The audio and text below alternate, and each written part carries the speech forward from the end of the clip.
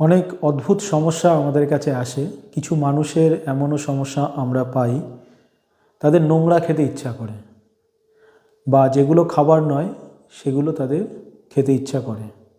যেমন মাটি, কেউ আবার ডিজেল খাচ্ছে, কেউ বালি খাচ্ছে, কাকড় খাচ্ছে। তো এরকম কয়েকটা রুগী আমি পেয়েছি। তো এই সমস্যাগুলি কেন হয়? তো দেখা যাচ্ছে যে এদের ওপরে কোনো প্রেতাত্মা আছে, এবং এই প্রেতাত্মা তার মনটাকে বিচলিত করে বিভিন্ন নোংরা দিকে নিয়ে যাচ্ছে। এবং তাদের যে সিমটমগুলি দেখা যাচ্ছে, তাদের কানে কানে কেউ কথা বলছে, বা তাদের আশেপাশে কোনো ছায়া ঘুরে বেড়াচ্ছে। তারা চাইছে না, অথচ তাদেরকে কেউ যেন জোর করে বলছে এটা কর, এটা কর, বা এটা খা। আবার মনের থেকে জোর করে বলছে, মানে সে কিন্তু মনে চাইছে না যে আমি এটা মনে করব, তবু তার মন বলছে যে তুই এটা করিস না, এটা কর, এটা খা।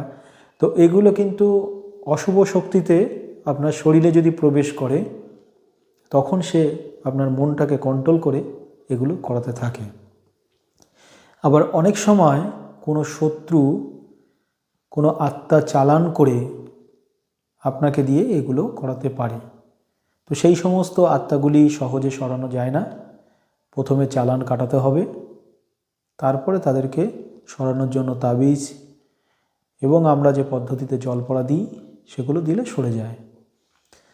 তবে ভূত প্রেতে ধরা মানেই যে শরীরে এসে তারা কথা বলবে, সেটা কিন্তু নয়। এগুলো দৃষ্টি দেওয়া বলে। এরা মনটাকে কন্ট্রোল করছে ঠিকই, কিন্তু শরীরে এসে যেমন ভূতে পাওয়া রোগীগুলো কথা বলে, ভূত এসে কথা বলে, এরকম কিন্তু কথা বলে না। তো এরা দীর্ঘদিন ধরে সমস্যায় ভুগতে থাকে এবং নিজেরা মনে করে যে তাদের ব্রেনের সমস্যা আছে, কিন্তু তা নয়। এটা ভূত প্রেতের সমস্যা থেকে এরকম হয়।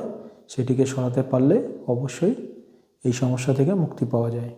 ধন্যবাদ।